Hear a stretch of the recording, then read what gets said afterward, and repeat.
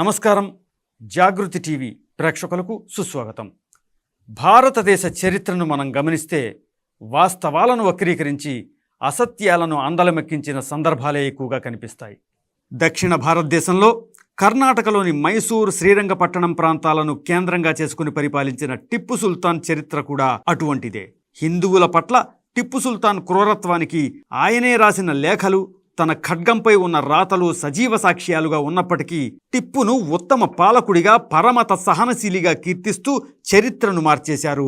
నేడు వేడుకలు చేస్తున్నారు. ఈ నేపథ్యంలో ఇది టిప్పు నిజస్వరూపం అంటూ వాస్తవాలను పుస్తక రూపంలో తెలుగువారికి అందించింది సంవిత్ ప్రకాశన్ సంస్థ. శ్రీ గజానన్ భాస్కర్ మహందలే గారి ఆంగ్ల రచనను తెలుగు పాఠకుల కోసం అనువాదం చేసిన అనువాదకురాలు, రచయిత్రి శ్రీమతి గూడా హేమలత గారు మనతో ఉన్నారు. వారిని అడిగి టిప్పు నిజస్వరూపం పుస్తకం గురించి మరిన్ని వివరాలు తెలుసుకుందాం. నమస్కారం హేమలత గారు. జాగృతి ప్రేక్షకుల తరపున మీకు సుస్వాగతం అండి. నమస్కారం అండి. ప్రేక్షకులందరికీ నమస్కారం. నన్ను ఆహ్వానించినందుకు మీ అందరికీ ధన్యవాదాలు. అందరికీ దీపావళి శుభాకాంక్షలు. ఈ దీపావళి సందర్భంగా ప్రస్తావనకు వచ్చినటువంటి ఒక పేరు టిప్పు సుల్తాన్. ఆయన ఏవో ర్యాకెట్లు చేశారని, ఇంకేవో చేశారని మనకి ప్రజల్లో ప్రచారంలో ఒకటి ఉంది. సబ్జెక్టులోకి లోపలికి వెళ్లే ముందు ఈ పుస్తకాన్ని అనువాదం చేయాలని మీకు ఎందుకు అనిపించింది? మన అసలైన చరిత్ర ఏంటి అన్నది మనకు తెలియకుండా చరిత్రను కేవలం రాజకీయ కారణాల కోసము, నెరేటివ్ బిల్డింగ్ కోసం, ఒక అజెండాతో బుజ్జగింపుల కోసం రాయబడ్డది. సో మన అసలైన చరిత్ర తెలుసుకునే అదృష్టం మనకు నిజంగా కలగలేదు ఇప్పటిదాకా. ఈ వక్రీకరణ అన్నది, చరిత్రను వక్రీకరించడం అన్నది ఎంత ప్రమాదకరమో కొంతమంది చరిత్రకారులు గుర్తించారు. వారిలో మొదటి వరుసలో ఆర్సి ముజందార్ గారు ఉన్నారు. ఈ వక్రీకరణ గురించి హెచ్చరించి అసలైన చరిత్రను రాయాలని వారు నమ్మారు, ఆచరించారు. వారి పంథాలో చాలామంది చరిత్రకారులు కూడా ఇన్స్పిరేషన్గా తీసుకొని ఈ పనిని మొదలుపెట్టారు. అలా ఇన్స్పైర్ అయ్యి చేసిన వాళ్ళల్లో ఒకరు గజానన్ భాస్కర్ మహందలే గారు. వారు చరిత్ర అన్నది హియర్సే, ఏదో వాళ్ళు చెప్పారు, వీళ్ళు విన్నారు, దీనివల్ల వీళ్ళకు ఉపయోగం అవుతుంది అని హాఫ్ ట్రూత్స్ ఇలాంటివి కాకుండా పరిశోధన ఆధారంగా చరిత్రను రాయాలి, అది మన భావితరాలు తెలుసుకోవాలి అన్న ఉద్దేశంతో శివాజీ గురించి చాలా విస్తృతంగా ఆయన పరిశోధన చేశారు, ఎన్నో పుస్తకాలు రాశారు. అలాగే టిప్పు గురించి కూడా ఆయన అసలైన చరిత్ర ఏంటి అని పరిశోధించి, పరిశీలించి, విశ్లేషించి కేవలం నిజాలను మాత్రమే వారు వ్రాశారు. అండ్ మన చరిత్ర రాయడం అన్నదానికి మన సంస్కృతికి ప్రాధాన్యత ఇవ్వాలి అని ఆర్సి ముజందార్ గారు నమ్మారు. అలాగే గజానన్ భాస్కర్ మహందలే గారు కూడా అదే పంథాలో వెళ్ళారు. మన సంస్కృతి మీద ఆధారపడింది అంటే అది సత్యం మీద ఆధారపడింది అన్నది అర్థం. మన సంస్కృతి కాబట్టి, అది మనది కాబట్టి దాన్ని అడాప్ట్ చేసుకోవాలి, దాన్ని నమ్మాలి అని కాదు. అది నిజం కాబట్టి, అది సత్యం కాబట్టి అది అందరి ముందు ఆవిష్కరించాలని వారు అనుకున్నారు. అదే పని చేశారు. ఈ అజెండా బిల్డింగ్లో, నెరేటివ్ బిల్డింగ్లో ఎన్నో విషయాలు ఉన్నాయి. టిప్పు కూడా ఒక పెద్ద భాగం దాంట్లో. కాబట్టి ఆయన అంశాన్ని కూడా తీసుకొని చక్కటి పుస్తకాన్ని రాశారు. సంవిత్ ప్రకాశన్ వాళ్ళు నాకు అనువాదం చేయమని అవకాశం ఇచ్చారు. ఎలా కాదంటని చెప్పండి. అయితే మేడం గారు, ఈ పుస్తకానికి టిప్పు నిజస్వరూపం అనే పేరు పెట్టారు. అంటే అందరూ అనుకునేటువంటి రూపం, నిజస్వరూపం రెండు రకాలుగా ఉన్నాయా? ఇందులో ఉన్నటువంటి మీ దృక్కోణం ఏంటనేది కొంచెం వివరించండి. అలాగేనండి. ఏంటంటే టిప్పు అనగానే చాలామంది ఆయన స్వతంత్ర సమరయోధుడని, చాలా సహనశీలని, అది కనిపెట్టాడని, ఇది చేశాడని అలా చాలా రకాలుగా చెప్తూ ఉంటారు. అసలు మన చిన్నప్పుడు మీకు గుర్తుంటే ఒక టీవీ సీరియల్ కూడా వచ్చింది. దాంట్లో ఆయన ఒక మహాత్ముడిలాగా చూపించేసి మన మైసూర్ రాజులు, హిందూ రాజులు అసలు ఎందుకు పనికిరాని వాళ్ళుగా, కొరగాని వాళ్ళుగా చూపించారు. అది చూసి అర్థం కాలేదు. ఏది నిజమో ఏది అబద్ధమో మనకు తెలియలేదు. మనం చాలా కన్ఫ్యూజ్ అయిపోయాం దీనివల్ల. ఇలాగే కర్ణాటకలో చాలా కుటుంబాలు కూడా కేసులు కూడా వేశాయి. ఏంటి మనల్ని ఇంత ఇంత దిగజార్చి చూపించారు అని. కాబట్టి నిజమేంటి అబద్ధం ఏంటి మనకు తెలియదు. టీవీ సీరియల్లో చూసింది నిజమని నమ్మాము, కొన్ని సినిమాల్లో చూసింది నిజమని నమ్మాము.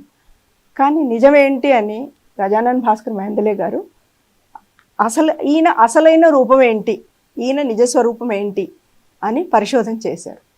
ఆయనకు కొన్ని విషయాలు అర్థమయ్యాయి. ఆయన పుస్తకం పేరు Tipu as he really was అని ఉన్నది ఉన్నట్టుగా చెప్పారు. సో ఆయనకు తెలిసిన విషయాలు ఏంటంటే టిప్పు చాలా పెద్ద మతోన్మాది, సహనశీలి కాదు. ఆయన కేవలం ఇస్లాం మతం ప్రచారం కోసమే పనిచేశాడు. ఇంకోటి ఎథనిక్ క్లెన్జింగ్ అన్న దాంట్లో ఆయన నమ్మాడు. ఎక్కడో జ్యూస్కి ఎక్కడో జరిగింది అంటే జరిగింది, ఖచ్చితంగా జరిగింది. కానీ మన దేశంలో కూడా చాలామంది మలబార్లో ఉన్నవాళ్ళు, కెనరా ప్రాంతంలో ఉన్నవాళ్ళు, కొడగు ప్రాంతంలో ఉన్నవాళ్ళు, వాళ్ళందరినీ కూడా నిర్మూలించాలని అనుకున్నాడు ఆయన. సో ఎథనిక్ క్లెన్జింగ్ చేశాడు. ఇది కాకుండా ఆయనకు దేశాన్ని రక్షించే ఉద్దేశం ఏమాత్రం లేదు.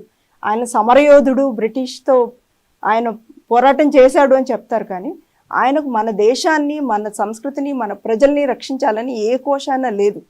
ఫ్రెంచ్ వాళ్ళతో కలిశాడు, ఒట్టమాన్ వాళ్ళతో కలవాలని అనుకున్నాడు, ఆఫ్ఘన్ వాళ్ళతో కలవాలని అనుకున్నాడు. ఆయన ఉద్దేశం కేవలం ఇస్లామిక్ రాజ్యాన్ని స్థాపించడం మాత్రమే, అంతకు మించి ఏమీ లేదు. క్యాలిఫెట్, ఖిలాఫత్ మాత్రమే స్థాపించాలని అనుకున్నాడు. దానికోసమే ఈ జాతి నిర్మూలన అనేది పెట్టుకున్నాడు, ఎథనిక్ క్లెన్సింగ్. ఎథనిక్ క్లెన్సింగ్ దాని అందులో భాగంగానే వచ్చింది. సో ఆయన ప్రైమరీ మోటివ్ వచ్చేసి spreading of Islam, establishing of Islamic Kingdom. అది కాకుండా ఆయన క్యాప్టివ్స్ని ఆయన ఎంతగా హింస పెట్టాడు, ఎంత క్రూరంగా వాళ్ళని ట్రీట్ చేశాడు అన్నది కూడా మరొక ముఖ్యమైన అంశం. ఎవరిని వదలలేదు, పిల్లల్ని, స్త్రీలని, ప్రతి ఒక్క యువకుల్ని కూడా ఆయన చాలా లైంగికంగా హింసించాడు. ఆయన బారిన పడని వాళ్ళు లేరు, అసలు ఎవరూ లేరు. ఎవరు తనకు దారిలో ఉంటే, ఎవరు అక్కడ ఉంటే వాళ్ళని అయిపోయింది అంతే వాళ్ళ పని. తర్వాత ఊచకోత కోసాడు. ఊచకోత కోయడమే కాకుండా ఎవరైనా బతికుంటే వాళ్ళని మతం మార్చాడు, చనిపోయిన వాళ్ళకు కూడా మతాలు మార్చాడు.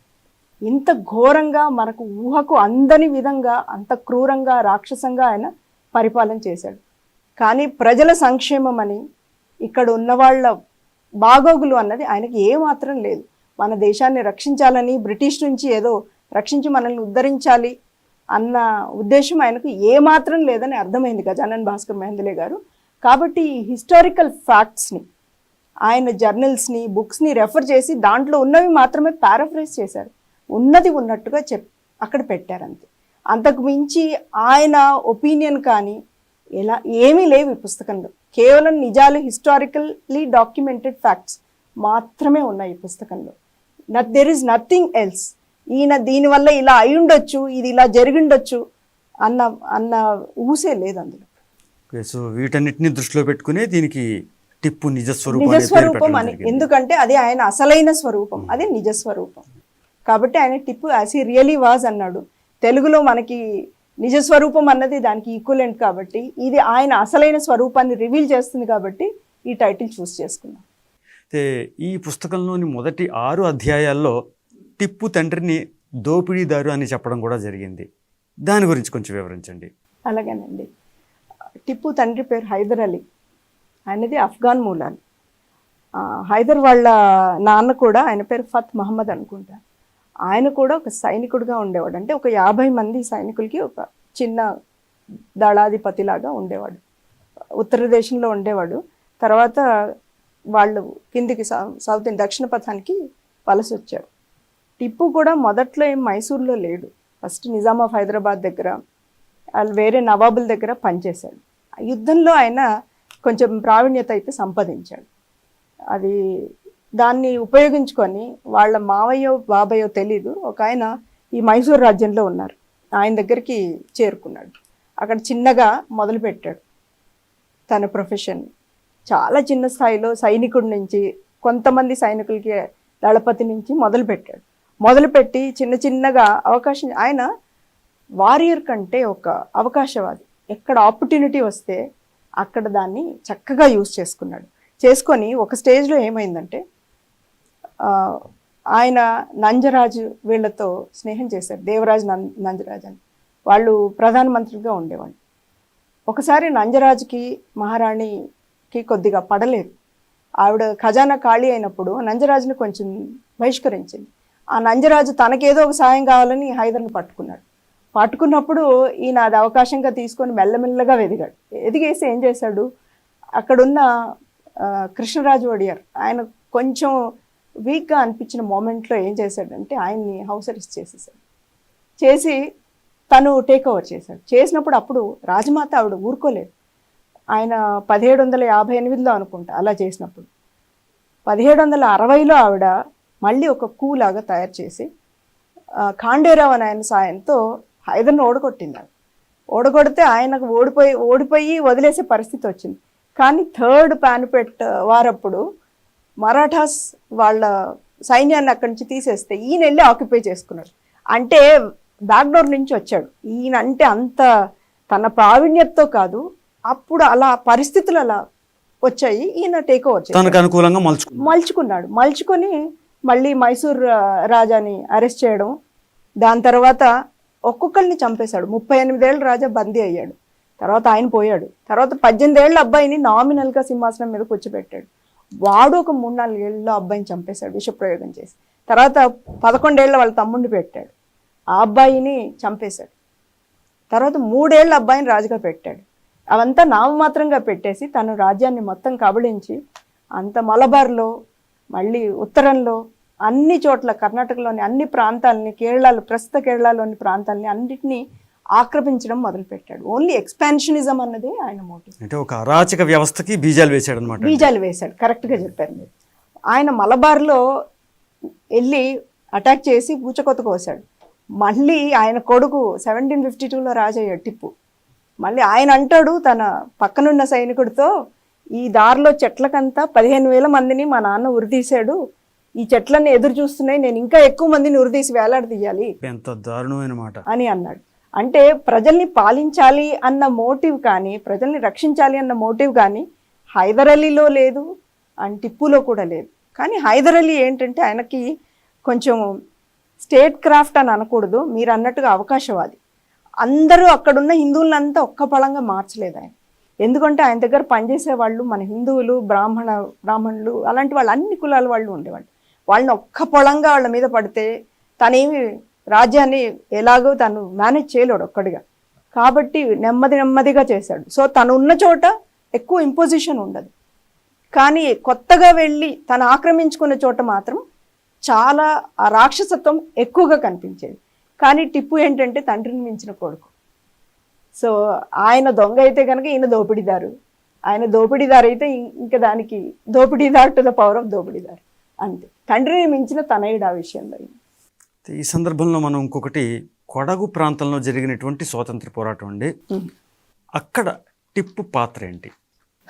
ఓకే, అంటే అందరూ అప్పుడు ఆయన బారిన పడ్డ వాళ్ళందరూ దురదృష్టవంతులే, కానీ ఈ కొడగు ప్రాంతం కొడవలు మాత్రం మరింత దురదృష్టవంతులు. అందులో ఆయన ఆయన రాత్ చూసింది ఎవరు అంటే కనుక కొడవలు.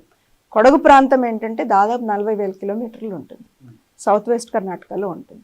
అక్కడ వాళ్ళకి వాళ్ళ సంస్కృతి పట్ల చాలా అభిమానం ఉంది, చాలా ఫర్టైల్ ల్యాండ్, వాళ్ళది చాలా గొప్ప సంస్కృతి కూడా. వాళ్ళ ఆచారాలని, వాళ్ళ పద్ధతుల్ని చాలా చక్కగా కాపాడుకుంటారు. అది కాకుండా వాళ్ళు పెద్ద యోధులు, చాలా క్షాత్రం ఉన్నవాళ్ళు, ఇంకోళ్ళ జోలికి వెళ్ళరు, కానీ వాళ్ళ జోలికి ఎవరు వచ్చినా సహించరు. అలాంటి వాళ్ళ మీద కన్ను పడింది టిప్పుకి. వాళ్ళని ఊచకోత కోయడం, మత మార్పిళ్ళు చేయడం, వాళ్ళకి అసలు చెల్లా చెదరుగా చేసేసాడు. కానీ వాళ్ళు more than 35 years they fought with him. అన్ని ఏళ్ళు దే నెవర్ గేవ్ అప్. 50,000 మంది పైగా కన్వర్షన్స్ అయ్యాయి అని టిప్పు తన మాటల్లోనే తను చెప్పుకున్నాడు, తన లెటర్స్లో తను చెప్పుకున్నాడు. ఇది గజానన్ భాస్కర్ గారు రాసింది కాదు, నేను చెప్పింది కాదు, 50,000 మందిని నేను కన్వర్ట్ చేశాను అని ఆయన తన నోటితో తను చెప్పుకున్నాడు. ఆ కొడవలు ఏంటంటే they did not give up. వాళ్ళు ఎప్పుడు కూడా ఆశ వదులుకోవడం కానీ లొంగిపోవడం కానీ చేయలేదు. చేయకుండా ఏం చేశారంటే ఈయన వచ్చి వాళ్ళు ఉన్న ప్రాంతాల నుంచి వెళ్ళగొడితే కొండల్లో ఎక్కడో వెళ్ళి దాక్కునేవాళ్ళు. టిప్పుకి అది కోపం మరింత ఎక్కువైపోయింది. వాళ్ళు ఎక్కడికి వెళ్తారు, ఎలా దాక్కుంటారు, వాళ్ళని పట్టుకోవడం చాలా కష్టమయ్యేదని. దొరికినప్పుడు ఆ కోపం అంతా వాళ్ళ మీద ఇంకా క్రూరంగా చూపించేవాడు అనమాట. వాళ్ళు గెరిల్లా యుద్ధం చేయడంలో చాలా నిపుణులు. కాబట్టి ఈయన వాళ్ళని పట్టుకోవడము, పూర్తిగా పట్టుకోలేక వాళ్ళు పారిపోతే ఈయనకు మరింత కోపం రావడం, ఇది ఇంకా విషయస్ సర్కిల్ లాగా ఇలాగే పెరుగుతూ ఉంది. టిప్పు చనిపోయేదాకా వాళ్ళకి ఊరట లేదు, అండ్ వాళ్ళ నంబర్స్ డ్విండిల్ అయిపోయాయి, చాలా తగ్గిపోయింది వాళ్ళ జనాభా. మనం ఎప్పుడైనా కూడా వాళ్ళు ఏ ప్రాంతంలో ఈయన వెళ్ళినా కూడా 50,000, 60,000, 70,000, 80,000 ఇంతమందిని మార్చాను, 30,000 మందిని చంపాను, 20,000 మందిని చంపానని ఆయనే చెప్పుకుంటున్నాడు లెటర్లో. ఆయన రికార్డెడ్ హిస్టరీలో ఉంది. కానీ ఇంతకుముందు టిపు చరిత్ర రాసిన వాళ్ళకు, మెహబుల్ హసన్ వాళ్ళు అవి కన్వీనియంట్గా అవి రాయరు కొన్ని. ఇది కాకుండా అక్కడ 70,000 మంది ఎలా ఉంటారు, ఉండరు కదా. అంటే వీళ్ళ సొంత తెలుగు ఉపయోగిస్తారు. అక్కడ 70,000 జనాభానే ఉండదు, 70,000ని ఎలా కన్వర్ట్ చేస్తారు అని అడుగుతారు. ఆయనే ఉత్తరాల్లో రాసుకున్న పాయింట్ని కూడా పట్టించుకోకుండా మనం దాన్ని పుచ్చుతున్నాం అనమాట. నేను ఇలా చేశాను అని ఆయన గొప్పగా చెప్పుకుంటున్నాడు, అది తను గొప్ప అని అనుకుంటున్నాడు. అబ్బాయి ఆయన అలా చేయలేదు, ఆయన ఏదో పొరపాటుగా రాశాడు, అక్కడ 70,000 మంది జనాభానే ఉండదు, ఇలా రాశారనమాట చరిత్రకారులు. కాబట్టి మనం ఎంత మోసపోయామో అన్నది ఒక విషయం. ఇంకొకటి, టిప్పు గొప్పవాడు అని చెప్తే అక్కడ ఆయనను ఎదిరించి పోరాడిన వాళ్ళ శ్రమని, వాళ్ళ క్షాత్రాన్ని మనం కించపరిచిన వాళ్ళం అవుతాం. వాళ్ళ త్యాగాలకు అర్థం లేకుండా పోతుంది. మన పూర్వీకులు ఇంత కష్టపడ్డారు, మన సంస్కృతిని వాళ్ళు పరిరక్షించారు అంటే, వాళ్ళు అలా చేయలేదు, టిప్పు చాలా గొప్పవాడు అంటే అది మనల్ని మనం అవమానం చేసుకోవడం అనే అనిపిస్తుంది. అలాగే టిప్పుని బ్రిటిష్ వారికి వ్యతిరేకంగా పోరాడినటువంటి ఒక స్వాతంత్ర్య సమరయోధుడిగా కూడా కీర్తిస్తూ ఉంటున్నారు. అవునండి. ఇందులో ఎంత నిజం ఉంది? మనం స్వాతంత్ర సమరయోధుడు అని చెప్పే ముందు ఇంకో 2-3 విషయాలు చెప్తాను. కొడగు ప్రాంతం కొడవల గురించి చెప్పుకున్నాం కదా. అసలు వాళ్ళ తిరుగుబాటు గురించి విల్క్స్ అనే వ్యక్తి రాశాడు అనమాట. ఆయనకు సోర్స్ ఏంటి అంటే సుల్తాన్ ఉత్ తవరిక్ అనే పుస్తకం. నేను ఈ పర్షియన్ మాటలు కరెక్ట్గా చెప్పలేకపోవచ్చు. ఆయన ఆధారంతో విల్క్స్ చెప్పాడనమాట, ఈ తిరుగుబాట్లు ఇలా జరిగాయి అని కొడవల గురించి చెప్పాడు. అట్లాగే మలబార్ ప్రాంతంలో కెనరా క్రిస్టియన్స్, మ్యాంగ్లూర్ ప్రాంతంలో, అన్ని ప్రాంతాల్లో కూడా ఇలాగే 50,000 70,000 ఇంతమందిని ఊచకోత కోయడము. ఇంకొకటి చేశాడు టిప్పు, ఒక ప్రాంతంలో ఉన్న వాళ్ళని ఆ ప్రాంతంలో ఉండకుండా వెళ్ళగొట్టడం. సో నేటివ్గా మనం ఒక చోటు ఉంటాం, ఒక వ్యవసాయం చేసుకుంటుంటాం, రకరకాల వృత్తులు చేసుకుంటూ ఉంటారు. వాళ్ళకున్న ఆస్తులు, స్థిరాస్తులు, చరాస్తులు అన్నీ వదిలేసి వాళ్ళు వేరే ప్రాంతానికి వలస వెళ్ళడం. ఇప్పుడు వలస వెళ్ళడం అంటే ఈరోజు మనం బెంగళూరు నుంచి మంగళూరుకి ఒక ట్రైన్లోను ఫ్లైట్లోను వెళ్ళినట్టు ఉండేది కాదు. ఒక పెద్ద సమూహం మొత్తం ఆ సమాజం కలిపి దారెంబడి వెళ్తూ ఉండాలి. కడుపుతూ ఉన్న ఆడవాళ్ళు ఉంటారు, నడవలేని వాళ్ళు ఉంటారు, రోగిష్ఠులు ఉంటారు, వృద్ధులు ఉంటారు. వాళ్ళందరూ తిండి తిప్పలు ఏం దొరకదు. వాళ్ళకున్న ఆహారపు అలవాట్లకు వ్యతిరేకంగా దారెంబడి ఏదో వెతుక్కుంటూ తింటూ వెళ్ళాలి. వాళ్ళని తీసుకెళ్ళి ఇప్పుడు మంగళూరులో ఉన్న వాళ్ళని శ్రీరంగపట్నానికి పంపించేస్తాడే, దానికేమో ఆయన ఏమి ఏర్పాట్లు చేయడు, ఇక్కడి నుంచి వెళ్ళిపోవాలని వెళ్ళగొడతాడు. దారిలో ప్రసవాలు జరుగుతూ ఉంటాయి, ఆడవాళ్ళు చచ్చిపోతూ ఉంటారు, పిల్లలు చచ్చిపోతూ ఉంటారు. వాళ్ళని వదిలేసి ముందుకు సాగుతూ ఉండాలి. ఆ కొత్త ప్రాంతానికి వెళ్తే వాళ్ళ జీవనోపాధి ఏంటి? వాళ్ళకున్నవన్నీ వదులుకొని ముందుకు సాగాలి. సో కొడవ ప్రాంతంలో ఉన్న వాళ్ళకి ఈ దుర్గతి పట్టింది. అలాగే మ్యాంగ్లూర్ క్రిస్టియన్స్కి పట్టింది, అలాగే కెనడా వాళ్ళకి పట్టింది, మలబార్ ప్రాంతంలో కూడా అంతే. అప్పుడు చిన్న చిన్న రాజ్యాలుగా ఉండేవి ఉత్తర కేరళలో, వాళ్లకు అదే పట్టింది. హిందువుల్ని ఆయన ద్వేషించాడు, హిందువుల్ని కన్వర్ట్ చేశాడు. క్రిస్టియన్స్ మీద కూడా ఆయన చాలా దాడులు చేశాడు. ఇంకోటి, అప్పుడున్న ఫ్రెంచ్ వాళ్ళు అనుకోండి, ఇంగ్లీష్ వాళ్ళు అనుకోండి, వాళ్ళు క్రిస్టియానిటీని సపోర్ట్ చేస్తారు కాబట్టి వాటిని ఇంకా ఎక్కువ డాక్యుమెంట్ చేశారు. డాక్యుమెంట్ చేసి ఆయన మమ్మల్ని ఇలా చేశాడు. ఇంకా ఇంగ్లీష్ వాళ్ళతో కూడా యుద్ధం చేసినప్పుడు ఆయన క్యాప్టివ్ చేస్తాడు కదా, తెల్లవాళ్ళని, యువకుల్ని, చాలా చిన్న వాళ్ళు, సైన్యంలో చాలా చిన్న యంగ్ అడల్ట్స్ కూడా కాదు, టీన్స్లో ఉన్న వాళ్ళు కూడా ఉంటారు. వాళ్ళని క్యాప్టివేట్ చేసి ఆయన సుంతి చేసిన పద్ధతి, వాళ్ళని లైంగికంగా వాడుకున్న పద్ధతి, అవి వింటే మనకి చాలా, మనం అది జీర్ణించుకోలేము, అసలు వినలేము, అనుకోలేము, జీర్ణించుకోలేము. సో ఇవి ఆయన చేసిన పనులు. ఇంకా స్వతంత్రం గురించి వచ్చింది అంటే, ఆయన బ్రిటిష్తో ఎందుకు పోరాడాడంటే, తనకు వాళ్ళు ఒక కాల్లో ముళ్ళులాగా ఉన్నారు అంతే, కాబట్టి అది తీసేయాలి. తను ఎక్స్పాండ్ అవ్వడానికి వాళ్ళు అడ్డమున్నారు కాబట్టి వాళ్ళతో పోరాడాడు. దానికి తనేం సొంతంగా చేయలేదు, ఫ్రెంచ్ హెల్ప్ తీసుకున్నాడు. అండ్ మరాఠాస్ కూడా ఈయనకు చాలా చాలా ఆయన ఆపారనమాట. కాబట్టి మరాఠాల మీద ఇంగ్లీష్ వాళ్ళ మీద కలిపి యుద్ధం చేశాడు.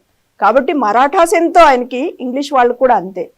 వాళ్ళు అంటే కొలోనియలిజంకి అగెయిన్స్ట్గా ఏమి ఆయన ఫైట్ చేయలేదు, వలసదారుల మీద ఏం ఫైట్ చేయలేదు. ఆయన వలసదారుడు చెప్పాలంటే. ఫ్రెంచ్ హెల్ప్ తీసుకున్నాడు ఆయన. అంటే బ్రిటిష్ వారిని ఎదుర్కోవడం అనేది మతపరంగా వాళ్ళని అడ్డుకోవడానికే తప్ప వాళ్ళని ఎదుర్కొని ఈ దేశానికి ఏదో స్వతంత్రం తెప్పించాలనేటువంటి కాంక్ష కాదు. కాంక్ష లేదు, అసలు భారతదేశం మీద ఆయనకి ఎలాంటి అభిమానం కానీ ప్రేమ కానీ లేదు. ఇదొక కమాడిటీ, ఇదొక రిసోర్స్. ఆయన ధనాన్ని సంపాదించడానికి, కొల్లగొట్టడానికి ఇదొక రిసోర్స్.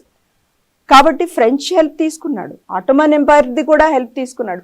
దూతలు పంపించేవాడు అక్కడ వెళ్ళి అక్కడ పనులు చేయించేవాడు. కాలువలతో మన డబ్బులు తీసుకెళ్ళి వాళ్ళకి షిప్స్లో తరలించి వాళ్ళకి కాలువలు తవ్వించడం, అలా పనులు చేసేవాడు. మన దేశం మీద ప్రేమ ఉండి మనల్ని విముక్తి చెయ్యాలి అనుకునేవాడు ఆ దేశానికి వెళ్ళి మన నిధులు వెళ్ళి పెట్టాడు కదా. ఆఫ్ఘన్ రాజు ఏంటంటే ఈయన మాట వినిపించుకోలేదు కాబట్టి మన దగ్గరికి ఈయనకొచ్చి సహాయం చేయలేదు. పొరపాటున ఒకవేళ టిప్పు సుల్తాన్ బ్రిటిష్ను ఓడించగలిగినట్టయితే, అది సాధ్యం కాదు, ఓడిస్తే మన దేశము తప్పకుండా ఇస్లామిక్ దేశంగానే మారేది. హిందూ దేశంగా భారతదేశంగా అయితే మిగిలేది ఏమాత్రం కాదు. ఇప్పుడు పాకిస్తాన్ అన్నది 1947లో ఫామ్ అయింది, అది 18th సెంచరీలోనే ఫామ్ అయిపోయింది. మొత్తం దేశం అలా తయారయ్యాయి. ఇంకా ఆయన బాధపడేవాడు, మొఘల్స్ ఏంటి వాళ్ళ పవర్ తగ్గిపోయింది, మరాఠాలు ఏంటి అంత పవర్ఫుల్ అయ్యారు. కాబట్టి మన దేశం మీద ప్రేమ ఎక్కడ కనిపిస్తుంది? మన దేశం మీద ప్రేమ ఉండడం, మనకు స్వతంత్రం సంపాదించడం అన్నది ఆయన ఉద్దేశం కానీ కాదు. ఆయనకు అలాంటి ఆలోచన కూడా లేదు. టిప్పుకు సంబంధించి ప్రధానంగా మనం ఏదైతే ఇప్పుడు డిస్కస్ చేస్తున్నామో ఈ మతోన్మాద పద్ధతి పరిపాలన, దీనికి సంబంధించి ప్రధానంగా ఉన్నటువంటి ఆధారాలంటే వేటి గురించి చెప్పుకోవచ్చండి? మీరు ముందు ఆయన ఏం చేశాడు అన్నది మనం మాట్లాడుకుందాం. మనం మాట్లాడుకున్న ప్రతి అంశానికి ఆధారాలు ఉన్నాయి. కొన్ని ఆధారాలు నేను చెప్తాను. పైగా ఈ పుస్తకంలో ప్రతి చాప్టర్ వెనకాల ఆధారాలే కాదు, పేజ్ నెంబర్లు కూడా రాశారనమాట. పేజ్ నెంబర్లు, ఆర్టికల్ నెంబర్స్ అన్నీ ఉన్నాయి. ఇది కాకుండా బిబ్లియోగ్రఫీ కూడా ఎక్స్ప్లిసిట్గా చివరిలో ఉంది. కాబట్టి మన ఆధారాలు లేకుండా ఒక్క అక్షరం కూడా లేదు ఈ పుస్తకం. ఆయన మతోన్మాది అనడానికి, మతోన్మాదం అని ఎలా తెలుస్తుంది అంటే ఆయన చేసిన పనులు ఏంటి అంటే, ఫస్ట్ ఆఫ్ ఆల్ ల్యాండ్ జిహాద్. ఒక ఊర్లో ఉన్న వాళ్ళని ఇంకో ఊరికి ఎళ్ళగొట్టాడు అని చెప్పాను కదా ఇది వరకు. ఒకటి అక్కడున్న సంస్కృతి మనుషులు నాశనం అవుతారు, అది ఒక పాయింట్. ఇంకోటి ఆ ఊళ్ళలోకి ఎక్కడి నుంచో, అసలు కర్నూలు, మాది రాయలసీమ, కర్నూలు ప్రాంతం నుంచి కడప ప్రాంతం నుంచి తీసుకొచ్చి ముస్లిం జనాభాని అక్కడ ప్లాంట్ చేశాడు. లేదు ఉన్న ఊళ్ళల్లో కూడా తెచ్చి వీళ్ళు ఇక్కడ ఉంటారు అని వాళ్ళకు మసీదులు కడతారు, ముల్లాలు, అన్ని క్యాడర్స్లో వాళ్ళని ఆయన అపాయింట్ చేస్తాడు. చేసి వాళ్ళ పోషణ ఏంటి, తనేం డబ్బులు ఇవ్వడు దానికి. అక్కడున్న ఊరు మునసబు గారిని వాళ్ళని పిలిచి వీళ్ళ పోషణ బాధ్యత మీది అని చెప్పేస్తాడు. కాబట్టి ఈ ప్రాంతంలో ఉన్న వాళ్ళు ఈ ప్రాంతంలో ఉండకుండా వెళ్ళగొట్టడము, వేరే ప్రాంతంలో ఉన్న ముస్లిమ్స్ని తెచ్చి ఇక్కడ పెట్టడము, లేదు ఊరి మధ్యలో తెచ్చి ముస్లిమ్స్ని ప్లాంట్ చేయడం, ఇలా చేసేవాడు. ఇది కాకుండా ల్యాండ్ సర్వే అన్నది చాలా ఎక్స్టెన్సివ్గా చేశాడు. ఎందుకు అంటే అదేమి సైంటిఫిక్ పర్పసెస్ కోసం కాదు. ఎందుకు చేశాడంటే మన దేవాలయాలు, అప్పుడు దేవాలయ మాన్యాలు కొన్ని 100 ఎకరాలు ఉండేవి, అవన్నీ చక్కగా చూశాడు, కబ్జా చేసేసుకున్నాడు. వాటి నుంచి ఆదాయం ఒక్క పైసా కూడా దేవుడికి వెళ్ళేది కాదు. ఇప్పుడు మన ప్రజలు ఎలా ఉన్నారంటే దేవాలయాన్ని కూడా రక్షించుకున్నారు. ఆయన అంత చేస్తున్నా కూడా మాన్యాలు పోయినా, పూజారులకి ఎవరికి ఎలాంటి జీతభత్యాలు లేకపోయినా, జీతభత్యమే కాదు, ఒక గుడి మనం మెయింటైన్ చేయడానికి కావాల్సిన నిధులు ఏవి ఉండేవి కాదు. ఈ ధనమంతా ఆయన వాడుకునేవాడు. ఊరి ప్రజలే ఆ గుళ్ళని కాపాడుకుంటూ వస్తున్నాడు. ఇది కాకుండా ఆయన బుద్ధి పుట్టినప్పుడు ఏనుగులను వదిలేసి దేవాలయాలను కూడా ధ్వంసం చేసేవాడు. ఆయన ఏనుగులను చక్కగా వాడుకున్నాడు మనుషుల్ని, దేవాలయాల్ని ధ్వంసం చేయడానికి. అవి వెళ్తూ ఉంటాయి, ఎంతమంది పోతారో తెలియదు, వాళ్ళ పరిస్థితి ఏంటో తెలియదు. అంటే అది బుల్డోజర్ లాగా అనమాట, అలా పెట్టి కొట్టేస్తూ ఉంటాడు అంతే. కాబట్టి ఆయన ఎస్పెషల్లీ ల్యాండ్ అన్నది ఆయన, నాకు అనిపించేది ఆయన ప్రధానంగా చేసింది displacing people and planting people ఒకటి. కాబట్టి ఇది కాకుండా ఆయనకి మూఢనమ్మకాలు కూడా ఉన్నాయి. అప్పుడప్పుడు ఏంటంటే ఆయనకి ఏదో అనిపిస్తుంది, నాకేదో మంచి టైం కాలేదనిపిస్తుంది, అప్పుడు ఎవరికి పూజలు చేయమని అంటారు. కాబట్టి మతోన్మాది, కానీ ఒకవైపు భయం, ఒకవైపు ఇన్సెక్యూరిటీ, ఇవన్నీ ఉన్నాయి. ప్రతి ఊళ్ళో మసీదు ఖచ్చితంగా ఉండాలి ఆయన ప్రపోజ్ చేసి అది ఇంప్లిమెంట్ చేశాడు, అమలు చేశాడు ఆయన నిలబడి. అండ్ జిహాదీ సాహిత్యాన్ని కూడా చాలా ప్రోత్సహించాడు. మన అక్కడ లోకల్ భాష సాహిత్యాన్ని పోషించడం అలాంటిది ఏం లేదు. పైగా అన్ని పర్షియన్లోకి పెట్టేశాడు పదాలు. ఇప్పుడు మనం కర్ణాటకలో చూస్తే ఎవరైనా పెద్దవాళ్ళని పిలవాలి అంటే సాహెబ్రే అంటారు. ఇలాంటి సాంస్కృతికమైన మార్పులన్నీ తీసుకొచ్చాడు ఆయన. చాలా పర్షియన్ పదాలు వాళ్ళ వాడుకలోకి వచ్చేసాయి. ఏంటి అంటే ఈయన చేసిన ఇంపోజిషన్, ఈయన చేసిన రుద్దుడే అది. కాబట్టి జిహాదీ సాహిత్యాన్ని కూడా పోషించాడు. సాహిత్యంలో కూడా అది. పైగా ఆయనకి ఇప్పుడు వీటన్నిటిని అంటే కొంచెం పక్కకెళ్ళి ఇంకో విషయం చెప్తున్నాను. 300 మంది పైన స్త్రీలు ఉండేవాళ్ళు ఆయన హరేంలో, 80 మంది భార్యలు. వాళ్ళ తండ్రి గారికి కూడా దాదాపుగా 300 మంది ఉండేవాళ్ళు. కాబట్టి వీళ్ళకి పెద్ద బందోబస్తు, వీళ్ళని ఎక్కడికి బయటికి వెళ్లకుండా చేయడం. చిన్న పిల్లల్ని ఏం చేసేవాడంటే ఆయన, అంటే ఊహ తెలియని వయసులో ప్రీ టీన్స్లో తల్లిదండ్రుల నుంచి పిల్లల్ని వేరు చేసేవాడు. ఇప్పుడు తల్లిదండ్రులు లేదు అమ్మమ్మ తాతయ్య వాళ్ళతో పిల్లలకి అనుబంధం ఉంటే మన అలవాట్లు ఇవన్నీ వస్తాయి. అవి లేకుండా పిల్లల్ని పక్కన తీస్తే ఏమవుతుందంటే ఒక ఇన్సెక్యూరిటీ ఉంటుంది. మనవాళ్ళు అన్నవాళ్ళు ఎవరు ఉండరు. అలాంటి పిల్లల్ని తీసుకెళ్ళి అమ్మాయిల్ని అబ్బాయిల్ని హరేమ్స్లో పెట్టేసేవాళ్ళు. ఎవరినైనా క్యాప్టివ్ చేస్తే అమ్మాయిల్ని ఆడవాళ్ళని తను పెట్టుకుంటాడు. అబ్బాయిల్ని 19 ఏళ్ల వరకు 20 ఏళ్ల వరకు ఉన్న వాళ్ళని సైన్యం చేసేస్తాడు. దాన్ని చేలా సైన్యం అనేవాడు అనమాట. చేలా సైన్యం తయారు చేస్తాడు. ఇది కాకుండా నాకు ఏ రకంగా ఉపయోగపడరు అన్న వాళ్ళని ఉరి తీసేస్తాడు. చెట్లకు ఉరి తీసేయడం, లేదు ఏనుగులతో తొక్కిచ్చేయడం, ఇలా చేసేవాడు. కాబట్టి ఇవన్నీ కూడా చేస్తున్నాడు అంటే ఆయన మతోన్మాది కాదు అని, సహనశీలి అని ఎలా చెప్తాను చెప్పండి. ఆయన సహనశీలి అన్నది ఎక్కడ తను చెప్పుకోలేదు, ఎక్కడ ఆధారం కూడా లేదు. కాబట్టి ఇది జస్ట్ ఇట్స్ మన ఇమాజినేషన్ అంతే. ఇమాజినేషన్ ఒక మోటివ్తో చెప్తున్నారు. నేను సహనశీలిని, నాకు హిందూ మతం పట్ల చాలా అభిమానం ఉంది, గౌరవం ఉంది అని, కానీ లేదు క్రిస్టియానిటీ అంటే నాకు అంటే ఐఎమ్ టాలరెంట్ అని ఆయన ఎక్కడ చెప్పుకోలేదు. దేవాలయాల్ని చక్కగా ధ్వంసం చేశాడు. చెయ్యలేదు అంటే దానికి ఒక రాజకీయ ప్రయోజనం ఉంటే మాత్రమే చేయలేదు. వాళ్ళు దాని ఇన్కమ్ నాకు డైరెక్ట్గా యూజ్ అవుతుంది, లేదు అక్కడ పనిచేసే వాళ్ళ వల్ల నాకు ఉపయోగం ఉంది అంటే దాన్ని ధ్వంసం చేయలేదు. అదర్వైజ్ ఆయన అన్ని తనకేం కావాలో అలా ఒక కమాడిటీ లాగా అన్నిటినీ యూజ్ చేసుకున్నాడు ఆయన. దీనికి ఆధారాలు అంటే చాలా ఉన్నాయి, మీకు కొన్ని చెప్తాను. ఆయన జీవిత చరిత్ర, తను రాయించుకున్న జీవిత చరిత్రే దీనికి పెద్ద ఆధారం. అండ్ ఇది కాకుండా నిషానే హైదరీ అని ఒక పుస్తకం ఉంది. వాళ్ళ నాన్నగారి దగ్గర తన దగ్గర కిర్మాని అని ఆయన పనిచేశాడు, ఆయన రాసిన పుస్తకమే. ఇది ఇంకొక ఆధారం. ఇది కాకుండా ఆయన బయోగ్రఫీ అన్నాను కదా, దాని పేరు తారికే సుల్తాన్ ఖుదాదాద్. పేరు సరిగ్గా పలకపోవచ్చు నేను. తన ఉత్తరాలు, ఈ ఉత్తరాలను ఏం చేశారంటే విలియం కర్క్ ప్యాట్రిక్ అనే ఆయన ఇంగ్లీష్లోకి తర్జుమా చేశారు, ట్రాన్స్లేట్ చేశారు. దాన్ని select letters of Tipu Sultan అని ఆయన రిలీజ్ చేశారు. ఇది కాకుండా చాలామంది, James bistro, James curry, brown అనే ఆయన డేనిష్ మర్చెంట్, మార్క్ విల్క్స్ ఇదివరకు చెప్పినట్టు, డుబోయిస్ అని ఒక రోమన్ క్యాథలిక్ ప్రీస్ట్ అనమాట. వీళ్ళందరూ కూడా ఆయన సమకాలికులు. ఆయన వల్ల ఇబ్బంది పడిన బందీలను డైరెక్ట్గా వీళ్ళు డీల్ చేశారు. కొంతమంది ఆర్మీ జనరల్స్ ఉన్నారు, కొంతమంది ప్రీస్ట్ ఉన్నారు. వీళ్ళందరూ కూడా కెప్టెన్ లెన్సే.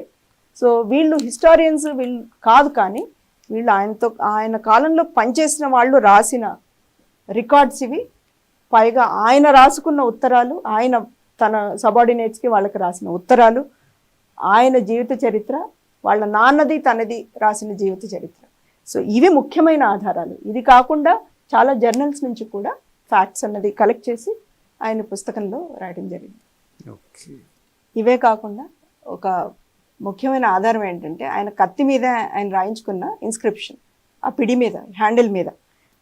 ఇది మనకి ఇంటర్నెట్లో కూడా దొరుకుతుంది. దాని translation, my victorious sabre is lightning for the destruction of the unbelievers. కాఫిర్లు అంటారు కదా. Haidar the lord of faith is victorious for my advantage, and moreover he destroyed the wicked race who were unbelievers. Praise to be him who is the lord of the worlds. Thou art our lord. Support us against the people who are unbelievers. ఇలా unbelievers అని ఆయన hail lord అనుకుంటూ వాళ్ళ దేవుణ్ణి ప్రార్థిస్తూ అన్బిలీవర్స్ని చంపేయాలి, నువ్వు అన్బిలీవర్స్ని చంపావు గొప్పవాడివి అని తన కత్తి మీద ఇన్స్క్రైబ్ చేసుకున్నాడు. ఇంతకంటే పెద్ద ఆధారం ఇంకేమీ ఉండదు కదా. కానీ ఈ కత్తిని కూడా కత్తి మీద రాసిన రాతల్ని కూడా కప్పిపుచ్చారు మన వాళ్ళు. రాసి దానికి వేరే అర్థాలు చెప్పారు. ఇప్పుడు దీనికి వేరే అర్థం నాకైతే తెలియట్లేదు.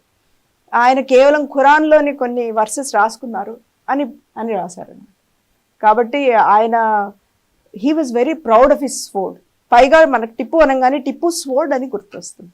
ఆయన స్వోర్డ్ మీద ఏముంది అంటే అన్బిలీవర్స్ని చంపడానికి నా కత్తి రెడీగా ఉంది అని ఆయన చక్కగా బహిరంగంగా చెప్పేసుకున్నారు. He was carrying it all the time.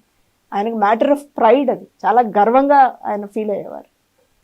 ఈ మతోన్మాద కోణం ఎలా ఉంటే ఆయన చేసినటువంటి ఇతరత్ర దారుణాలు ఘోరణాలు చరిత్ర విస్మరించలేనటువంటి ఘట్టాలు అనుకున్నప్పుడు మనం ఏం చెప్పుకోవచ్చండి? చరిత్ర విస్మరించలేనివి అంటే ఆయన చేసిన ప్రతి పని అలాంటిది. అంటే ఒకటి తక్కువ ఒకటి ఎక్కువ అన్నది లేదు. ఈ దీపావళి మెల్కోటేది టచ్ చేయండి. ప్రతి పని ఆయన హీరో అంటారు.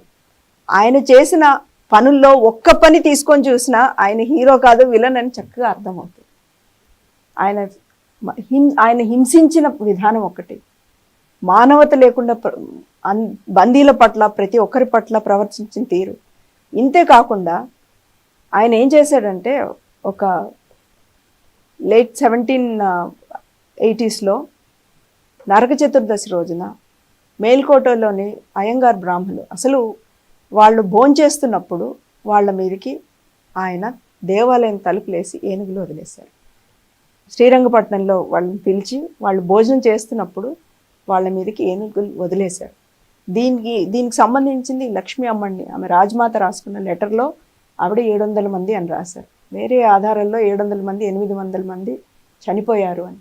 సో భోంచేస్తున్నాము అంటే ఆ పంక్తిలో పిల్లలు, వృద్ధులు, ఆడవాళ్ళు అందరూ భోంచేస్తున్న వాళ్ళని హతమార్చాలన్న ఆలోచన అయినా ఎవరికి వస్తుంది? అది పండగ పూట పండగ విందు తింటున్నారు. దీపావళి అన్నది హిందువులకి ఎంతో గొప్ప పండగ. వాళ్ళు వైష్ణవ భక్తులు. మేల్కోటే దేవాలయం ఏంటంటే రామానుజాచార్యుల వారు శ్రీరంగం నుంచి వచ్చి 10వ శతాబ్దంలో మేల్కోటేలో ఆ దేవాలయం నిర్మాణం చేశారు. ఆయన అక్కడ 12 ఏళ్ళో 20 ఏళ్ళో అక్కడ ఉన్నారే. రామానుజాచార్యుల వారు ఉన్న స్థలం అది. అంత గొప్ప క్షేత్రములో ఉన్న బ్రాహ్మణుల్ని మొత్తం అందరినీ దీపావళి ముందు రోజు నరక చతుర్దశి రోజు ఆయన హతమార్చాడు. ఇంకా ఇంతకంటే పెద్ద కిరాతకం అన్నది మనం ఇప్పుడు జలియన్వాలా బాగ్ అంటాము, దానికంటే కిరాతకమైన ఘటన ఇది. ఇప్పటికి కూడా ఆ సంఘటనను గుర్తు చేసుకుంటూ, ఆ దుర్ఘటన, అది సంఘటన కాదు, ఆ దుర్ఘటనను గుర్తులో పెట్టుకొని చాలామంది మేల్కోటేలో దీపావళి పండుగను చేసుకోరు. కొందరికి కారణం తెలుసు, కొందరికి తెలియదు. తెలిసినా తెలియకపోయినా వాళ్ళకి పెద్దలకు జరిగిన ఈ అన్యాయాన్ని, ఘోరాన్ని గుర్తుంచుకొని వాళ్ళు దీపావళి పండుగని అక్కడ ప్రాంతం వాళ్ళు, ముఖ్యంగా అయ్యంగార్లు జరుపుకోరు, అక్కడ చెప్పుకోరు. ఈ ఒక్కటే కాదు, ఇంకా కిరాతకాలు ఎన్నో చేశాడు. ఇంకో ఉదాహరణ చెప్పుకుందాం. 1785 డిసెంబర్ నెలలో అడవుల్లో ఉన్న కొడవులకి ఆయన సందేశం పంపించాడు. మెసేజ్ పంపించి, అసలు మనం శత్రువులమే కాదులే, మరాఠాలతో ఇంగ్లీష్ వాళ్ళతోనే నాకు శత్రుత్వం ఉన్నది, మీతో ఏం లేదు, మనం సంధి కుదుర్చుకుందాము, అందరు శాంతియుతంగా ఉందామని చెప్పాడు. ఆ సందేశం వస్తే వాళ్ళు నమ్మి పాపం ఈయన దగ్గరికి వచ్చారు. వస్తే వచ్చిన సంధి కోసం వచ్చిన వాళ్ళని మొత్తం ఉచ్చకోసుకొచ్చేసి, చచ్చిన వాళ్ళని, కొంతమంది మిగిలిన వాళ్ళని మతం మార్చేసి, సర్కంసైజ్ చేసి, సుంతి చేసి అందరినీ హతమార్చాడు. అది మరొక ఊచకోత. ఇలాంటి దారుణాలు ఎన్నో చేశాడు ఆయన. ఆయన మతం మార్చంగానే ఒకవేళ ఎవరైనా బతుకున్న వాళ్ళకి మతం మార్చాడు అంటే ఫస్ట్ చేసే పని ఏంటంటే బీఫ్ తినిపించేస్తాడు. సో అంటే వాళ్ళకున్న సెంటిమెంట్స్ని, వాళ్ళకున్న ఆచారాలని, అలవాట్లని అవన్నీ ఆయన నేల రాసేసి వాళ్ళతో ఇలాంటి అన్ని అకృత్యాలు చేయించేవాడు. కాబట్టి అంటే బతుకు చావు రెండూ కష్టంగా అయ్యేట్టుగా చేసేవాడు. అంటే రాక్షసత్వం అన్న పదం కూడా మనకు సరిపోదు అనుకుంటా. రాక్షసుల కంటే కూడా క్రూరుడు అన్నది మనకి చక్కగా అర్థమవుతుంది. సో ఇట్లాంటి వ్యక్తిని పోయి ఏదో గొప్ప పరాక్రమవంతుడిగా, ఏదో హిందూ సామ్రాజ్య పరిరక్షుడు అన్నట్టుగా ప్రొజెక్ట్ చేయడం అనేది చాలా చాలా దురదృష్టకరం. అయితే ఈ క్రమంలో మనం ఇంకోటి చూసుకున్నప్పుడు, దక్షిణ భారతదేశంలో కనుక టిప్పు పరిపాలన లేనట్టయితే ఇవాళ మనం చూస్తున్నటువంటి ఈ ప్రాంతాల్లో ఇంతటి ఇస్లామీకరణ అనేది మనకు కనిపించేది కాదు అనే మాట ఒకటి వినిపిస్తుందండి. ఇందులో ఉన్న వాస్తవాలంటే మనం ఏం చెప్పుకోవచ్చు? ఇది 100% నిజం. ఎందుకంటే ఆయన పరిపాలించిన శ్రీరంగపట్నం, మైసూర్ ప్రాంతాలు, ఇది కాకుండా కొంచెం ఉత్తరాన ఉన్న శివమొగ్గ, హుబ్బళ్ళి, ఆంధ్రప్రదేశ్లో అనంతపూర్, కడప వరకు కూడా ఇది విస్తరించింది, కర్నూలు వరకు కూడా. అది కాకుండా కేరళ ప్రాంతంలో తలసరి, క్యాలికట్, కన్నూరు, మలబార్ ప్రాంతం అంతటా కూడా ఇస్లాం ప్రాబల్యాన్ని పెంచడానికి, పెరగడానికి ఈ బీజం ఈయనే వేశాడు టిప్పు సుల్తాన్. కాబట్టి ఇప్పుడు ఏమవుతున్నది, ఇలాంటి క్రూరుడికి జయంతి ఉత్సవాలు జరపాలి అన్నది పెద్ద ప్రపోజల్. ఆ జయంతి ఉత్సవాలు కూడా చేశారు, ప్రభుత్వమే దానికి స్పాన్సర్ చేస్తున్నారు. ప్రభుత్వం పౌరోహిత్యం చేసి నిలబడి ఈ పని చేయిస్తున్నది. సో అలా అడిగే వాళ్ళు ఉన్నారు అంటే అది తప్పకుండా టిప్పు అక్కడ పరిపాలించడం వల్లే మనకి దుర్గతి పట్టింది. నిన్న మొన్న కడపలో కూడా ఆయన విగ్రహం పెట్టాలి అని, ఆయన ఏదో పెద్ద మహానుభావుడు, విగ్రహం పెట్టాలి అన్న ప్రపోజల్ కూడా దాంతో, అంటే వాళ్ళు అడగడం కాదు, they are fighting for it. So ఇలాంటి పరిస్థితులు, ఇలాంటి అన్ఫార్చునేట్ సిచ్యువేషన్ రావడానికి కారణం ఏంటి అంటే టిప్పు లాంటి వాళ్ళు పరిపాలించడమే. టిప్పు అన్నవాడు ఇక్కడికి రాకపోతే, ఆయన పరిపాలించకపోతే ఇవన్నీ హిందూ మెజారిటీ ప్రాంతం, కేవలం హిందువులే ఉండేవాళ్ళు ఇక్కడ. కాబట్టి మన ఈ పరిస్థితులు, ఇక్కడున్న డెమోగ్రఫీ అనుకోండి, ఇక్కడ ఉన్న సంస్కృతి అనుకోండి, వేరే ఉండేది. తప్పకుండా టిప్పు దీన్ని ఇన్ఫ్లుయెన్స్ చేశాడనే చెప్పాలి. బ్రిటిష్ వారి దృష్టిలో టిప్పు ఎవరు? ఎందుకంటే చరిత్రలో ఇతన్ని బ్రిటిష్ వారికి వ్యతిరేకంగా చూపించారు. అలా మరో పాయింట్ ఏంటంటే ఆఫ్ఘన్ ముస్లిం రాజును కూడా భారతదేశం మీదకి దండెత్తిరా అని చెప్పేసి ఇతను కోరినట్టు కూడా మరో సమాచారం ఉంది. వాటికి సంబంధించి ఈ పుస్తకంలో ఎలాంటి వివరాలు ఉన్నాయి? మీరు చెప్పినట్టుగా ఆయన ఆఫ్ఘన్ రాజుని రమ్మని ప్రపోజల్ పంపించాడు. ఆఫ్ఘన్ రాజే ఈయన ప్రపోజల్ని ఆయన యాక్సెప్ట్ చేయలేదు. ఈయనే కాదు, వాళ్ళ తండ్రి కూడా 4 ఆంగ్లో మైసూర్ వార్స్ జరిగాయి. మొదటిది 1766, 1766లో అయింది. అందులో హైదర్ అలీ ఫెయిల్ అయ్యాడు. ఇప్పుడు 4 వార్స్లో కూడా వాళ్ళు అంటే కొద్ది వరకు విజయం సాధించారు అని అనిపిస్తున్నది, కానీ మొదటి వార్లో అయితే హైదర్ ఫెయిల్ అయ్యాడు. రెండో ఆంగ్లో మైసూర్ వార్, అది 1780 to 1784 జరిగింది.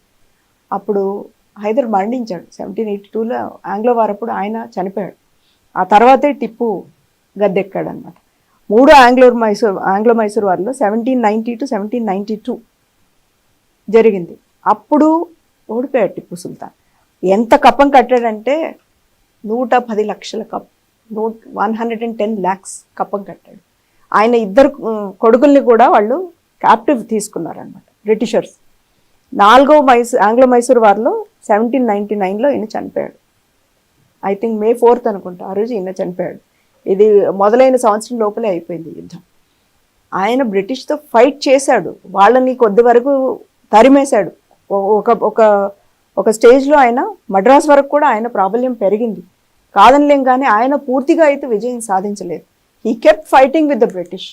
బట్ ఆయన అంటే ఒక పెద్ద యోధుడు అన్నది కాదు, వాళ్లకు చాలా పెద్ద ఇబ్బంది, బ్రిటిషర్స్ని చాలా ఇబ్బంది పెట్టాడు. ఏంటి అంటే యోధుడు ఈయన వార్ క్రాఫ్ట్ వల్ల అన్నదానికంటే ఎలాంటి నియమాలు నీతులు లేనివాడు. పైగా బ్రిటిషర్స్ క్యాప్టివ్గా దొరికితే, ఇంగ్లీష్ బాయ్స్ కానీ మన ఇండియన్స్ కానీ ఎవరు ఈయన క్యాప్టివ్గా దొరికినా ఈయన ట్రీట్ చేసే పద్ధతికి వాళ్ళు చాలా భయపడేవాళ్ళు. అది అన్నిటికంటే వాళ్ళు యుద్ధనీతి కంటే కూడా వాళ్ళు దానికి ఎక్కువ భయపడేవాడు. ఇంకోటి, ఎక్కడ క్యాప్టివ్ ఉన్నా మీకు చెప్పాను కదా, యంగ్ బాయ్స్ అందరినీ ఆయన తన సైన్యంలో చేర్చుకునేవాడు. సో క్యాప్టివ్ని మళ్ళీ సైన్యంలో పెట్టుకోవడం, తన సైన్యాన్ని అలా విస్తరించుకుంటూ వెళ్ళాడు. ఆయన తప్పకుండా బ్రిటిష్తో ఫైట్ చేశాడు, వాళ్ళని ఇబ్బంది పెట్టాడు. కానీ ఈయన చాలాసార్లు ఓడిపోయాడు, ఈయన చాలాసార్లు తల వంచుకున్నాడు. తల వంచని ధీరుడు అయితే కాదు. 2వ ఆంగ్లో మైసూర్ వార్లో వాళ్ళ నాన్న చనిపోయాడు, 4వ యుద్ధంలో ఈయన చనిపోయాడు, 3వ యుద్ధంలో కొడుకుల్ని వాళ్ళకి బందీగా ఇచ్చేశాడు, మొదటి యుద్ధంలో కూడా వాళ్ళ నాన్న ఓడిపోయాడు. ఈయన విజయం సాధించింది, ఢంకా కొట్టింది అన్నది ఎక్కడా లేదు. పైగా మరాఠాలు కూడా ఈయనని బాగా ఎదిరించారు. అది స్ట్రాటజీస్ అప్పుడు సమయంలో ఉన్నవి మనకు పూర్తిగా అర్థం కావు ఇప్పుడు చెప్తే, కానీ Marathas also they gave a very big fight to Hyder. ఈయన చాలా భయపడ్డాడు, వాళ్ళంటే ఈయనకి చాలా భయం మరాఠాస్ అంటే. సో మొత్తంగా టిప్పు చరిత్రను మనం సమగ్రంగా చూసినప్పుడు ఎన్ని దేవాలయాల్ని ఈయన కూల్చుంటాడని ఒక అంచనా రావచ్చు. అట్లాగే ఎంతమందిని మతం మార్చుంటాడు ఒక అంకెగా మనం చెప్పుకోవాలనుకుంటే? అంటే అంకెగా అంటే మనకి 3 ఎగ్జాంపుల్స్లో 70,000 అన్నది వినిపించింది, మనకి మతం మార్చింది. 70,000 అంటే కనీసం 3 లక్షల మందిని అయితే మనం అనుకోవచ్చు. ఈ పుస్తకంలో వచ్చిన లెక్కల ప్రకారం 3 లక్షల మంది వరకు అయితే కనీసం మతం మారారు. అండ్ చంపిన వారి సంఖ్య కరెక్ట్గా డాక్యుమెంట్ చేయలేదు, కానీ ఎక్కడికన్నా వెళ్తే 10,000 మందిని 15,000 మందిని చెట్టుకు కట్టేసేవారు అన్నమాట, చంపేసిన వాళ్ళు. అండ్ ఏనుగులతో తొక్కించిన వాళ్ళని. దీనికి మనం అంటే ఒక కూర్చుని దీనికి we have to do a research. ఈ పుస్తకంలో దేనికైతే ఫ్రాగ్మెంటెడ్గా మనం ప్రజెంట్ చేసాం. ఖచ్చితంగా 3 లక్షల మందిని అయితే ఆయన మతం మార్చాడు. 50,000 60,000 కనిపిస్తుంది అక్కడక్కడ మనకు కనిపించిన లెటర్స్లో. అంతమందిని అయితే కనీసం చంపాడు ఆయన. ఇప్పుడు మీరు చెప్పిన వివరాల ప్రకారం కళ్ళ ముందు ఇన్ని వాస్తవాలు, ఇన్నిన్ని సాక్ష్యాల రూపంలో, అతని ఉత్తరాల రూపంలో కావచ్చు, ఆ రోజుల్లో ఉన్నటువంటి చరిత్రకారులు రాసినటువంటి పుస్తకాల రూపంలో కావచ్చు, తనే రాయించుకున్నటువంటి చారిత్రక వివరాల ప్రకారం కావచ్చు, ఇన్ని ఆధారాలు కళ్ళ ముందు ఉన్నప్పటికీ కూడా వాళ్ళ కర్ణాటకలో చూసుకుంటే ఆ గవర్నమెంట్ ఈయనకి వేడుకలు చేయడం, ఉత్సవాలు చేయడం, చరిత్ర పుటల్లో ఒక గొప్ప వ్యక్తి అన్నట్టుగా ఈయన్ని ప్రొజెక్ట్ చేయడం, దీనంతా ఎట్లా చూడాలి మనం అసలు? ఎట్లా చూడాలి అంటే ఒక మాటలో చెప్పాలంటే అపీస్మెంట్, అంతే, తుష్టీకరణ, ఒకరిని బుజ్జగించాలి. ఇప్పుడు టిప్పు అరాచకాలు చేశాడు అంటే దాన్ని ఒక ముస్లిం కానీ ఏ వ్యక్తి కూడా దాన్ని ఓన్ చేసుకోవాల్సిన అవసరం లేదు, ఆయన ఫాలో అవ్వాల్సిన అవసరం లేదు. ఏ మతం వాళ్ళైనా కూడా వాళ్ళ మతంలో కూడా గొప్ప హీరోలు చాలామంది ఉన్నారు, సామరస్యంగా ఉన్న వాళ్ళు చాలామంది ఉన్నారు, వాళ్ళని ఆదర్శంగా తీసుకోవచ్చు. ఇప్పుడు చరిత్రలో జరిగిన తప్పులు జరిగిపోయాయి, ఇప్పుడు ఎందుకు అంటే కనుక ఇప్పటికి కూడా వాళ్ళని హీరో అని మనం అనుకోవడం సరైంది కాదు. ఎందుకంటే అదే పంథాలో మనం వెళ్ళాలి అని వాళ్ళు చెప్పకనే చెప్తున్నారు మనతో. అంటే మనం అందరం కలిసి ఉందాము అన్న ఉద్దేశం కాకుండా నేను డామినేట్ చేస్తాను, నేను నిన్ను అణగదొక్కుతాను, నువ్వు కిందే ఉండాలి అని వాళ్ళు చెప్పకనే చెప్తున్నారు మనకి. దాన్ని ప్రభుత్వాలు కూడా, కొన్ని ప్రభుత్వాలు ప్రోత్సహిస్తున్నాయి. ఇది చాలా దురదృష్టకరమైన సిచ్యువేషన్. ఇది ఇలా ఉండకూడదు. ఖచ్చితంగా ఎవరైనా తప్పులు చేశారు అంటే అది తప్పు జరిగింది అని వాళ్ళు అక్నాలెడ్జ్ చేయాలి. ఇది మనం కప్పిపుచ్చినా థ్రోయింగ్ అండర్ ద రగ్ అంటారు. దాని మీద ఏదైనా మనం మసిపూసి మారేడుకాయ చేసినా మనకి మనం సమాధానం చెప్పుకొని ఇది జరిగింది అని ఎస్టాబ్లిష్ చేసుకొని మనం ముందుకెళ్ళాలి. అండ్ అది జరిగింది, అది కరెక్ట్ అని, అలాంటిదే జరుగుతుంది అని మనకి ఇండికేషన్ ఇవ్వడం, డెమోగ్రఫీ చేంజ్ అవ్వాలి అనే ఇంటెన్షన్తో కొన్ని వర్గాల వాళ్ళు పనిచేయడము, పక్క వాళ్ళందరినీ కాఫిర్లని, ఇన్ఫెడల్స్ అని ముద్ర వేయడము, ఇది ఏ సమాజానికి కూడా మంచిది కాదు. టాలరెన్స్ అన్న దానికంటే టాలరెన్స్ ఉండాలి, దాన్ని మించి యాక్సెప్టెన్స్ ఉండాలి. యాక్సెప్టెన్స్ని ప్రమోట్ చేసి ఎలాంటి ఉత్సవాలైనా చేసుకోండి. యాక్సెప్టెన్స్ లేదు, నేను ఒక్కడే ఉండాలి, నా మతం ఒక్కటే ఉండాలి అని ఎక్స్క్లూజివిటీ, ఎక్స్పాన్షనిజం, నాదే విస్తరించాలి అన్న మనస్తత్వం ఉన్న వ్యక్తుల్ని మనం పూజించడము, వాళ్ళని గౌరవించడం అన్నది ఎవరికి తగదు. ఈ మతం వాడు కాబట్టి చేయకూడదు అనట్లేదు, ఆయన చేసిన తప్పిది, ఇలా జరిగిపోయింది, ఇంతమంది చనిపోయారు, ఇంతమంది మతం మారారు, ఇంత హింస జరిగింది అనుకొని మనం ముందుకెళ్ళాలి. హేమలత గారు, టిప్పు సుల్తాన్ విషయానికి వచ్చేసరికి మన వాళ్ళందరూ ఎక్కువగా ప్రస్తావించే మరో అంశం ఏంటంటే ఆయన రాకెట్లు కనిపెట్టాడని, వాటిని విస్తారంగా వాడాడని, ఆయనే దానికి ఆద్యుడు, పితామహుడు అన్నట్టుగా కూడా ఒక పిక్చరైజేషన్ కనపడుతుంది, చిత్రీకరణ ఒకటి కనపడుతుంది. దీనికి సంబంధించినటువంటి వాస్తవాలు ఏంటి? టిప్పు 1750 ప్రాంతంలో జన్మించాడు. దానికి 100 ఏళ్ల ముందే, అంటే 1658 1658లో ఫ్రాన్సియోస్ బెర్నోయర్ అని ఒక ఫ్రెంచ్ డాక్టరు భారతదేశంలో రాకెట్ను వర్ణిస్తూ ఇలాంటిది, దాని పేరు రాకెట్ కాదు, దాన్ని బాణ అన్నారు. బాణం అంటే తీరు కాదు, ఆయన వర్ణను బట్టి అది రాకెట్ అని అర్థమవుతుంది. ఇంత పొడుగున్న ఇనుప చువకి ఇక్కడ ఇలా మందుగుండు కట్టి ఇలా ప్రయోగించారు అని ఆయన వర్ణించారు. It is a documented fact. Tipu పుట్టడానికి 100 ఏళ్ల ముందు 1658, దాదాపుగా 100 ఏళ్ల ముందు. ఇది ఈ పుస్తకంలో ప్రస్తావన చేశామన్నమాట. అలాగే డాక్టర్ యూసుఫ్ హుస్సేన్ అనే ఆయన 1662, అది కూడా 90 సంవత్సరాల ముందు 1662లో ఆయన చెప్పాడు, పర్షియన్స్ వెస్టర్నర్స్ ఇక్కడికి వచ్చినప్పుడు ఇలా బాణధర్ అని ఒక వ్యక్తి ఉంటాడు, అంటే రాకెట్ని లాంచ్ చేసి ఆయన అని రాకెట్ని కూడా ఆయన వర్ణించాడు అన్నమాట. కాబట్టి టిప్పు దీన్ని కనిపెట్టాడు అని చెప్పలేం. మనకున్న టెక్నాలజీని ఆయన యూజ్ చేసుకొని తనకు అనుగుణంగా ఒకటి ఆయన నిర్మించుకున్నాడు. సో ఆయనకంటే 100 ఏళ్ల ముందు ఇక్కడ ప్రయోగాలు చేసినట్టుగా డాక్యుమెంట్ చేశారు అందరూ. సో ఆయన కనిపెట్టినట్టుగా ప్రూఫ్ లేదు మనకి. అది సో ఈ క్రాఫర్డ్ 1792లో దీనికి రాకెట్ అని పేరు పెట్టి దీన్ని అంతా తయారు చేసేందుకు 100 ఏళ్ల కంటే ఎక్కువగానే, దాదాపు 130-140 ఏళ్ల ముందే మనకు అలాంటివి ఉన్నాయి, మన దేశంలో ఉపయోగించారు అని డాక్యుమెంటెడ్ ఫ్యాక్ట్స్ ఉన్నాయి. అది మన హిందూ రాజులే కూడా కనిపెట్టి ఉండొచ్చు. ఎవరు కనిపెట్టారు అన్నదానికి ఎస్టాబ్లిష్ గా లేదు, కానీ క్రెడిట్ ఇవ్వడం అనేది మాత్రం ఇక్కడ కరెక్ట్ కాదు. అసలు కరెక్ట్ కాదు. ఆయన దాన్ని ఉపయోగించుకున్నాడు, ఉన్న వస్తువుని ఉపయోగించుకున్నాడు, ఉన్న టెక్నాలజీని యూజ్ చేసుకొని తను కూడా తయారు చేసుకున్నాడు. ఇప్పుడు మనం మాట్లాడుకున్న విషయాలన్నీ పుస్తక రూపంలో, అక్షర రూపంలో గజానన్ భాస్కర్ మెహందలే గారు ఇంగ్లీష్లో Tipu as he really was అని రాశారు. మీకు ఇంగ్లీష్లో చదవడం కంఫర్టబుల్ అయితే ఆ పుస్తకం చదవండి. చక్కగా మన తెలుగులో చదువుకుందాము అంటే టిప్పు నిజస్వరూపం అన్న ఈ పుస్తకాన్ని ప్రతి ఒక్కరూ తప్పకుండా చదవండి. చరిత్రలో ఏం జరిగింది, టిప్పు ఎలాంటి వాడు అని మీకు మీరుగా తెలుసుకోండి, 10 మందికి చెప్పండి. సో ధన్యవాదాలు హేమలత గారు. ఈ చరిత్రను వక్రీకరించి దేశానికి ద్రోహం చేసేటువంటి వ్యక్తుల్ని చారిత్రక పురుషులుగా చూపించేటువంటి సమాజంలో ఇవాళ మనం ఉన్నాం. ఇట్లాంటి పరిస్థితుల్లో టిప్పు ఏంటి, ఎవరు, అతని నిజస్వరూపాన్ని ఆవిష్కరించేటువంటి ఒక మంచి పుస్తకాన్ని మా ప్రేక్షకులకు పరిచయం చేశారు. సో తప్పకుండా అందరూ ఈ పుస్తకాన్ని చదువుతారని మనం ఆశిద్దాం. మరో సందర్భంలో మళ్ళీ కలుసుకుందాం. ధన్యవాదాలండి. ఈ అవకాశం ఇచ్చినందుకు జాగృతికి ధన్యవాదాలు తెలుపుకుంటున్నాను.